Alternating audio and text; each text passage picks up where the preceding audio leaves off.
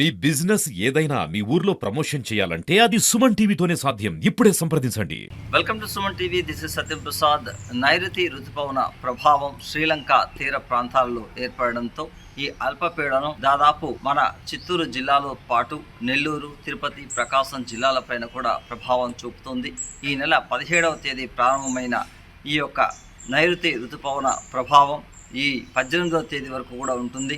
18వ తేదీ సాయంత్రం తీరం దాటే అవకాశాలు ఉన్నాయి. దాదాపు ఇది సముద్ర మట్టం నుంచి ఉపరితల ఆవర్తనం దాదాపు 5.8 కిలోమీటర్ల దూరంలో ఎగసిపడుతుంది. పశ్చిమ వాయువ్య దిశగా ఇది కదులుతూ మన దక్షిణ కోస్తా తీర ప్రాంతాలపైన ప్రభావం చూపుతుంది. కాబట్టి నెల్లూరు, తిరుపతి, చిత్తూరు, అన్నమయ్య, కడప తదితర జిల్లాలలో మోస్తరు నుంచి భారీ వర్షాలు కురిసే అవకాశాలు ఉన్నాయి. ఉరుములు, మెరుపులతో కూడిన అవకాశాలు ఉన్నట్లు కూడా విపత్తుల నిర్వహణ సంస్థ తెలియజేస్తుంది. ఈ నేపథ్యంలో ప్రజలందరూ కూడా అప్రమత్తంగా ఉండాలని తెలియజేస్తుంది. ప్రస్తుతం మనం నిన్న అంటే 17వ తేదీ రాత్రి చూస్తే చిత్తూరు నగరంలో ఎక్కువపాటి వర్షమే కురిసింది. 18వ తేదీ ఉదయం వరకు ఈ వర్షం కురిసి కొంతమేరకు ప్రస్తుతం వాతావరణం చల్లబడింది.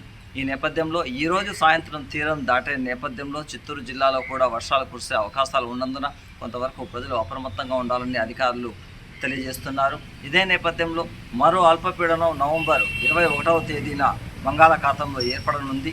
ఈ అల్పపీడన ప్రభావము 24వ తేదీ నుంచి 27వ తేదీ వరకు చిత్తూరు జిల్లాపైన కూడా ప్రభావం చూపనున్న నేపథ్యంలో ముందస్తుగా ప్రజలు అప్రమత్తంగా ఉండాలని అధికారులు తగిన సూచనలు కూడా జారీ చేస్తున్నారు.